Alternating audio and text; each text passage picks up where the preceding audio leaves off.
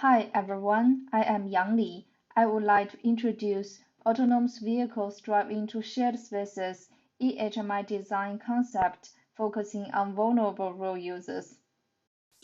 This video shows a scenario of a shared space. We focus on shared space, which is characterized by mixed traffic without traffic lights and traffic signs. Road users need to negotiate the right of way by car movement and human behavior, such as hand gesture and eye contact. However, when the driverless AV drives into shared space, we encounter a problem: how the road users communicate with AV.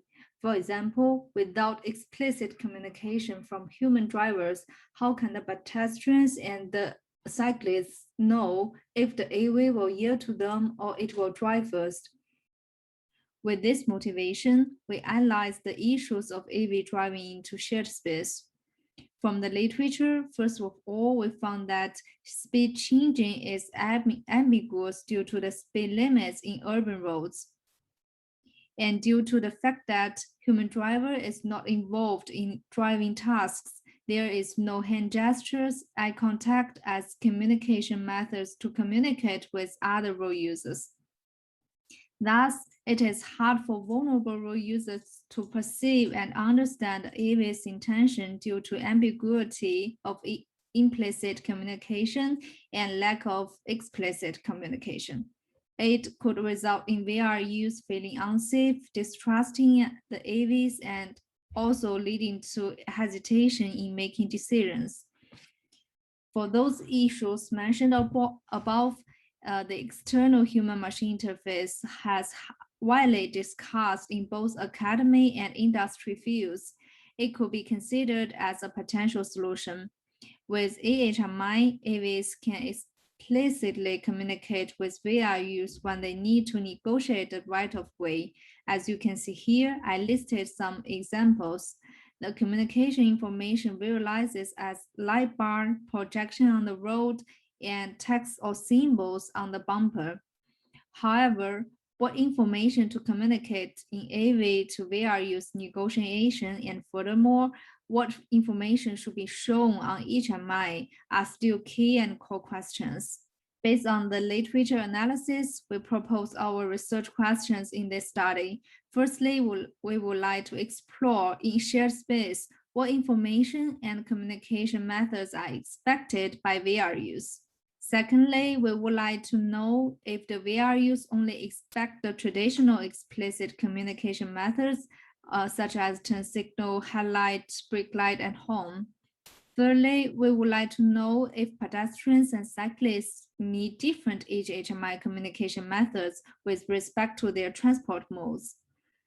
Thus, for the purpose of integrating AVs into shared space with eHMI as a solution, in this study, firstly, we did an online study to learn the communication habits of drivers in manually driven vehicles and VRUs in shared space. Secondly, based on the analysis of communication habits, we propose an eHMI design concept. In our online survey, we have 31 participants. We asked the participants if they are, as a driver, how do they intend to convey information to VRUs? And if they are as pedestrians or cyclists, how do they expect the driver to convey information? They can choose from the given multiple options such as hand gesture and car movement. And further, each multi-choice question follows with an open question. The participants were asked to explain what demanded information for each choice they selected. Therefore, in this online questionnaire, we not only ask what communication methods they use, but also explored what are the demanded information behind. The results shows that firstly, we can see from the bar charts here, the top 3 communication methods which are intended by the drivers and expected by the pedestrians are the information from human driver, including hand gesture, eye contact, and head nod. Thus, the explicit communication is needed in communication between VRUs and human drivers. which is very interesting. The results also show that the top expected communication methods from cyclists was not aligned with pedestrians. Pedestrians mostly expect hand gesture from the driver, while the cyclists most expect the turn signal. From the results of VRUs to human driver communication and the literature review, we can find some inspirations for VRUs to AV interaction.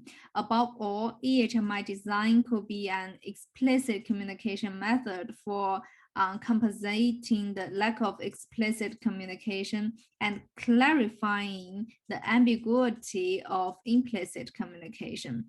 Besides, for the cyclist, they might require a more straightforward communication method compared to the pedestrians. And from the results of the open questions, we also found that for the information that expresses the same intent, road users may intend to use different methods associated with their transport modes. For instance, the methods drivers intend to use are different from the VRUs expect the drivers to use. To investigate the difference, we started with the human cognition model, analyzing how human road users interact and make decisions, trying to find clues for eHMI design. Based on the criteria reported by Dr. Liu, interaction of human and vehicle is categorized into situation awareness, risk evaluation, and decision-making. In this way, this information could be considered to include on eHMI. Matched with situation awareness in cognition model, the first information is helping the VRU to be aware of situations. Second is the information to help VRUs perceive risks.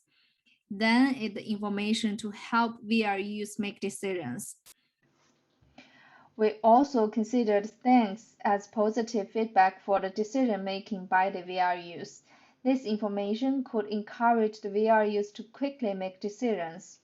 Spearman's correlation coefficient was used to compare the ranks and t-test to estimate the corresponding statistical significance. We named the three information as category A, help the VRUs to be aware of situations. Category B, help the VRU to perceive risks. And category C, to help VRUs to make decisions. For each category, the communication methods intended by drivers and expected by VRUs, denoted as driver versus pedestrian, driver versus cyclist, and pedestrian versus cyclist, as shown here in this column of the table. In the figure here, y-axis is the ranks of selection numbers for each communication methods. When color stands for one communication method. When two communication methods have significant strong correlation, the two transport modes aligned with each other.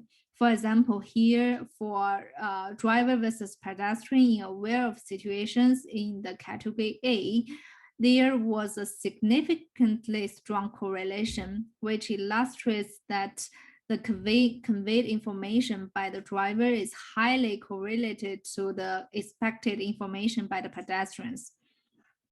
And compared to the pedestrians, cyclists may expect information via clear and more striking communication methods from drivers, such as home, to help them obtain information of situation awareness. There were non-significant correlations for driver versus pedestrian and driver versus cyclist. This means that pedestrians and cyclists expected communication methods regarding risk information from drivers are different from the ones the drivers intended to use. Significant positive correlations for drivers versus pedestrian, driver versus cyclist, and pedestrian versus cyclist were found for making decisions. The figure shows that the communication method ranks intended and expected by them were almost the same. In summary, learning from the communication between human driver and VRUs, there are two inspirations from VRUs to AV interaction. Firstly, when AV conveys the information of intentions and cautions, VRUs selected different communication methods with respect to transport modes. And secondly, eHMI could be a solution for VRUs and AV interaction. Based on the analysis of communication methods to different information, we propose an eHMI concept considering three types of information with respect to different transport modes, pedestrians and cyclists. Here shows the eHMI is inactive when there is no VRU around. When the AV detects the VRUs around, eHMI is active. The lightning windshield illustrates that the AV has detected VRUs. Meanwhile, the signal emphasizes the ambiguity of car movement with red projection on the road. Compared to the eHMI towards pedestrians, the lightning sidebar showing to the cyclist considering turn signal is most expected information by cyclists from drivers. Moving to the information of perceived risks, when the AV perceives the risk information such as potential clearance, warning signal on windshield, deceleration information projects on the road, and horn are used to convey the negative feedback. With respect to the information of make decisions, the AVs show their intention clearly with the brake light projecting on the road. A waving hand gesture on the windshield indicates as how human drivers communication. With respect to the thanks information, AV shows a positive feedback by using the gesture thumbs up to the VRUs. It may strengthen mutual trust between AV and VRUs and improve sociality in shared space. We have three main findings. Firstly, communication methods were especially important when the AV wanted to suggest VRUs to reach an agreement. Secondly, novel eHMIs are useful to communicate with VRUs, replacing the original drivers in shared space. And thirdly, we propose an eHMI design concept for different VRUs to meet their various expectations.